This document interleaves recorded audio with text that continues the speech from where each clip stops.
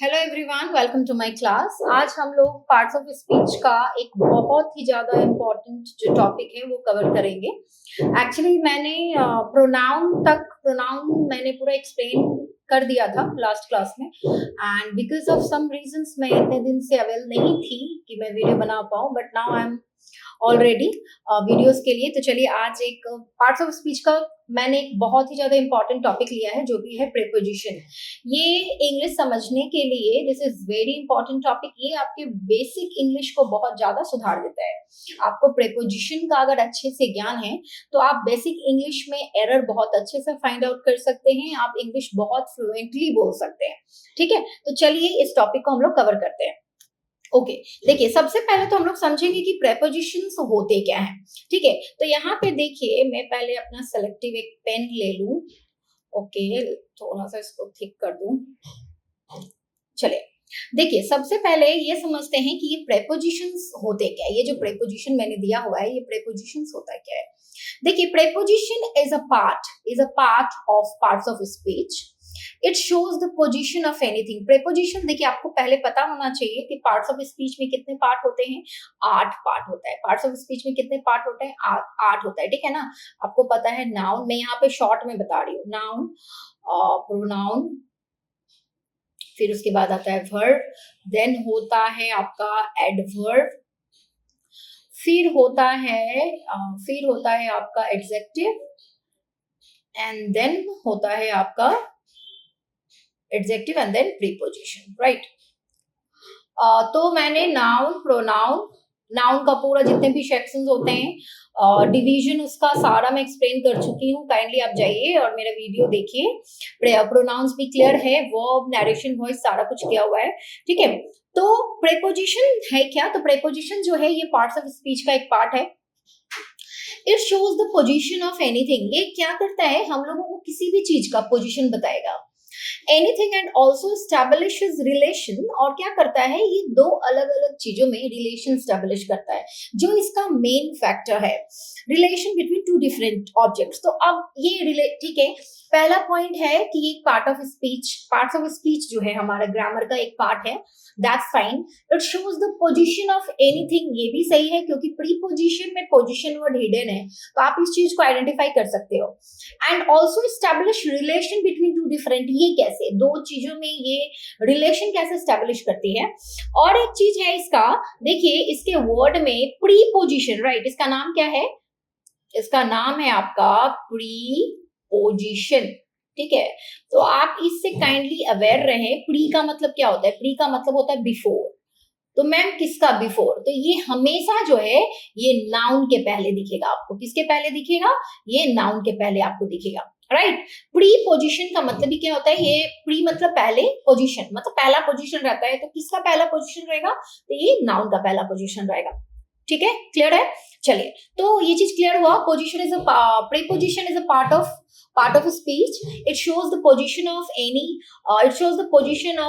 anything and also establishes a relation between two different objects, right now. Okay, let's see some examples to make it more clear. इसको और अच्छे से clear से समझने के लिए थोड़ा एग्जांपल्स देखते हैं। क्या है? देखिए, राजा is sitting near Manu. See, there is no relation between Raja and Manu.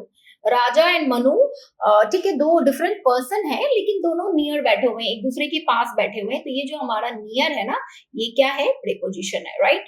अभी देखिए, Neelam is sitting far away from Soni. तो देखिए यहाँ पे फार अवे जो है, ये फार जो है हमारा क्या है? प्रीपोजिशन है। The snakes is lying around the tree. Okay, now this around is our preposition. Aniket is between his father and mother. Now between is our preposition. Above, through, for, among. So the bold ones you can see are prepositions. Okay, examples में सारे preposition को तो show करना is not possible for me क्योंकि वो बहुत ज्यादा ही हो जाता। तो मैंने कुछ selective prepositions को example में आपको दिखाया है। ठीक है, क्योंकि example ये prepositions का जो है कोई अंत नहीं। prepositions हम लोग बहुत ज्यादा जानते हैं, बहुत ज्यादा है इंग्लिश ग्रामर में। सारे prepositions को अच्छे से समझने के लिए kindly read out the books। आपको बुक्स पढ़ना पड़ता है। मैगजीन्स जितने भी पढ़ेंगे आप, उतना आपको जो है प्रेपोजिशंस के बारे में क्लियरली आपको नॉलेज होगा, ठीक है। देखिए प्रेपोजिशन विद एग्जांपल हम लोगों ने किया, अब थोड़ा सा देख लेते हैं यूजेस ऑफ प्रेपोजिशन, मतलब प्रेपोजिशंस का यूज जो है हम लोग कहाँ पे किस तरीके से करते हैं। तो देखिए ये हम लोग करते हैं, prepositions are seen to show some key characteristics and perform some vital functions when used in sentence. Obvious, आप जब सेंटेंस में, एक सेंटेंस में जब आप preposition का इस्तेमाल करते हैं तो उसका एक अलग कैरेक्टरिस्टिक्स होता है, उसका एक अलग रोल होता है सेंटेंस में, ठीक है। देखिए क्या क्या है, they are use to show the direction of something, अगर किसी चीज का डायरेक्शन आपको शो करना है तो उसके लिए आप क्या यूज करते हैं, प्रेपोजिशन यूज करते हैं। They can refer to the time, अगर किसी भी चीज का पर्टिकुलर टाइम आपको दर्शाना है तो आप क्या यूज करते हैं, प्रेपोजिशन यूज करते हैं। They can be use to denote the position और लोकेशन ऑफ एन ऑब्जेक्ट, तो ये जो है they can be use to denote क्या, पोजिशन, ये किसी भी चीज का पोजीशन दिखाता है, किसी भी चीज का लोकेशन दिखाएगा आपको सेंटेंस में। And they are use to represent spatial relationship. ना वो स्पाटियल रिलेशनशिप का क्या मतलब, देखिए this word can be a new for you. देखिए एक्चुअली में क्या है, स्पाटियल का रिलेशनशिप का मतलब होता है किसी भी चीज से रिलेटेड, लोकेटेड, लोकेशन बताता है। जैसे अगर मैं बोलूं, जैसे एग्जाम्पल के तौर पे मैं बता रही हूँ, the girl is standing against the wall, against the wall, ठीक है ना, the girl is standing against the wall. तो ये यहाँ पे ये अगेंस्ट क्या है, मेरा प्रेपोजिशन है, ठीक है ना, ये प्रेपोजिशन है। और अगेंस्ट क्या कर रहा है, ये लड़की एंड मतलब जो ये गर्ल है इसका पोजीशन बता रहा है, जो पोजीशन क्या है, against the wall. Against the wall का मतलब क्या है, वॉल की तरफ झुकाव, ठीक है ना। उस केस में मतलब स्पाटियल रिलेशनशिप का ये मतलब होता है किसी भी चीज का लोकेशन, किसी भी चीज से रिलेशन जब हम लोग दिखाते हैं तो उसमें स्पाटियल आप यूज करते हो। Next one is prepositional phrases में भी हम लोग कुछ यूज करते हैं। In particular can be use to do all of these when used in sentences, obvious कुछ बहुत सारे prepositional phrase हैं जो हम लोग आगे देखेंगे, ठीक है ना। तो यूजेस ऑफ prepositions जो है वो क्लियर हुआ, क्यों यूज करते हैं, डायरेक्शन शो करने के लिए, टाइम दिखाने के लिए, किसी भी चीज का लोकेशन बताने के लिए, किसी भी चीज का पोजीशन दिखाने के लिए, तो हम लोग क्या करते हैं, prepositions का यूज करते हैं, ठीक है। चलिए क्लियर, चलिए नेक्स्ट क्या है, टाइप्स ऑफ प्रेपोजिशन। ये बहुत इंपॉर्टेंट है, टाइप्स ऑफ प्रेपोजिशन आपको पता होना ही चाहिए।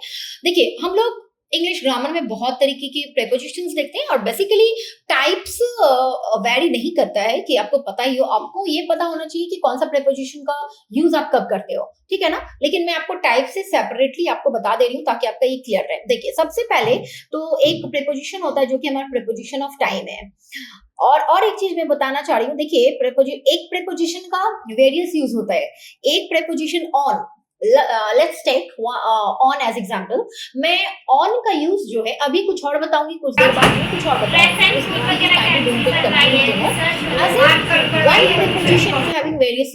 एक प्रेपोजिशन का बहुत सारा यूज होता है, इस चीज का ख्याल आपको रखना है। देखिए preposition of time, so obvious इसका नाम से ही पता चल रहा है कि ये टाइम को डिनोट करने के लिए ये प्रेपोजिशन जो है हम लोग यूज करते हैं। पहला एग्जांपल से समझते हैं। देखिए we will be meeting on Friday, तो आप ये हमेशा याद रखिएगा, ये यहाँ पे रूल दे दिया गया कि डेज के आगे कौन सा प्रेपोजिशन लगता है, हमेशा ऑन। डेज के आगे आप कौन सा प्रेपोजिशन लगाते हैं, ऑन। जैसे I will come on Monday, I will come on Thursday, ठीक है, लाइक दिस।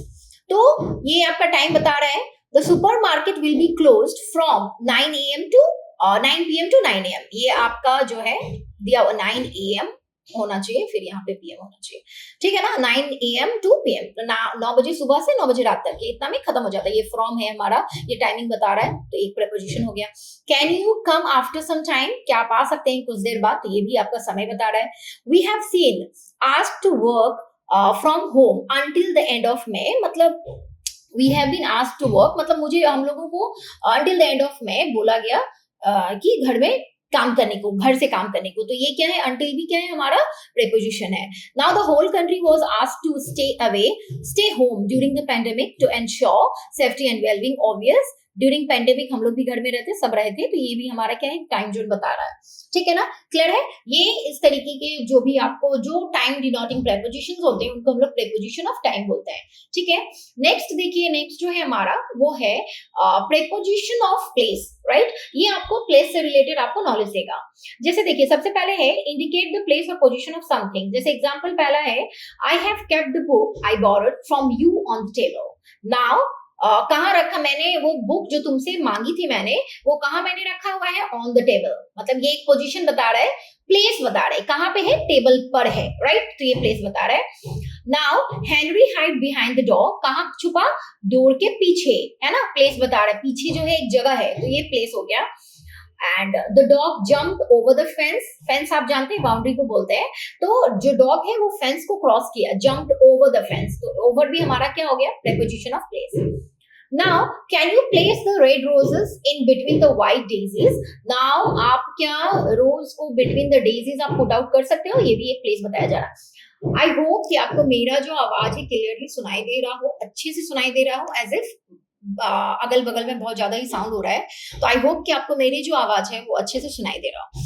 ठीक है, चलिए क्लियर हुआ। प्रेपोजिशन ऑफ प्लेस मतलब क्या है, जो प्रेपोजिशन प्लेस को डिनोट करे, पोजीशन बताए, उसको हम लोग क्या बोलते हैं, प्रीपोजिशन ऑफ प्लेस। ठीक है, चलिए नेक्स्ट देखते हैं प्रीपोजिशन ऑफ डायरेक्शन। ये आपको डायरेक्शन बताएगा, किस तरफ, किधर, ये आपको ये बताता है। देखिए क्या है, द गर्ल, मैं ये आपको जो डेफिनेशन है ये मैं नहीं बता रही क्योंकि वही सेम चीज है, used to denote the direction in which something travels और मूव्स। यही दिखाएगा आपको कि कोई चीज किधर जा रहा है, इस तरफ फॉरवर्ड जा रहा है, बैक किधर जा रहा है, बिहाइंड जा रहा है, ये पूरा डायरेक्शन चारों तरफ का बताएगा। सो देखिए एग्जाम्पल से समझते हैं। The girl rain towards her father the moment she saw him. Like जो लड़की है अपने पापा की तरफ दौड़ने लगी जैसे उसने अपने पापा को देखा। So towards is the preposition of direction. JD jumped into the river, मतलब किस तरफ, इनटू द रिवर, ये भी एक डायरेक्शन है। Veena pass the book to Priya, ये भी एक डायरेक्शन है। When will Savia be returning from London, कब वो लंदन से आ रही है, ये भी एक डायरेक्शन है। Neena lives across the street, obvious ये एक डायरेक्शन है। ठीक है ना, तो आपको ये याद होना चाहिए। आपसे कभी भी हायर क्लासेस में ये आपसे कभी नहीं पूछेगा that write some prepositions of direction, show me, write some preposition of time. They will never tell you कि आपको ये लिखना है। बस what you have to know, आपको बस प्रीपोजिशन का ज्ञान होना चाहिए कि हाँ इस प्रीपोजिशन का यूज कहाँ पे होता है। ये मैं अभी टाइप डिस्कस कर रही हूँ, अभी हम लोग नेक्स्ट क्लास जब करेंगे तब प्रीपोजिशन का यूज समझेंगे।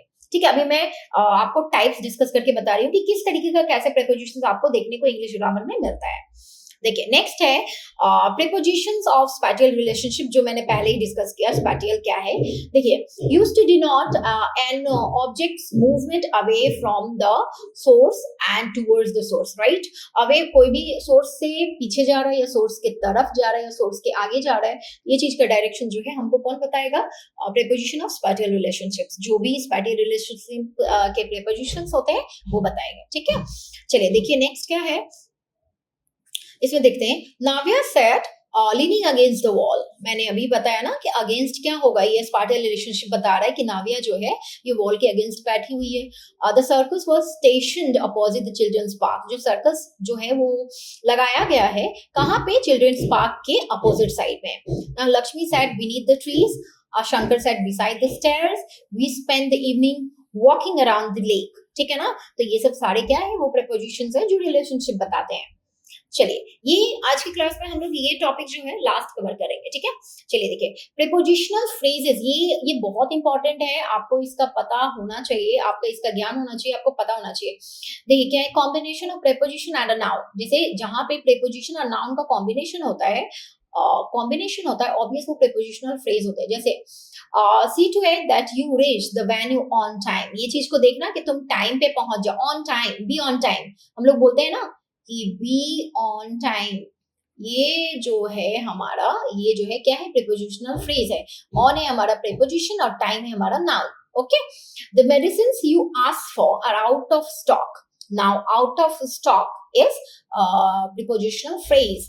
For a change, let's do something else for a change, थोड़ा सा अलग करते हैं, है ना, कुछ अलग करते हैं, कोशिश करते हैं कुछ अलग करने का। फॉर अ चेंज, ठीक है ना। तो ये जो आप जब डेली इंग्लिश आप बोलते हो तो आप ये सब यूज करते हो, बट आपको पता नहीं चलता कि एक्चुअली में these are prepositional phrases. Okay, make sure you will in all the forms at once. तो ये भी हमारा प्रीपोजिशनल फ्रेज है।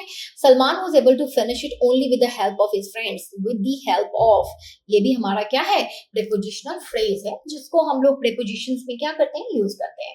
ठीक है, आई होप ये जो हमारा टॉपिक था, नेक्स्ट क्लास हम लोग करेक्ट यूज ऑफ प्रेपोजिशंस देखेंगे, और आज हम लोगों ने बस प्रेपोजिशन का इंट्रोडक्शन जो है वो हम लोगों ने समझा है।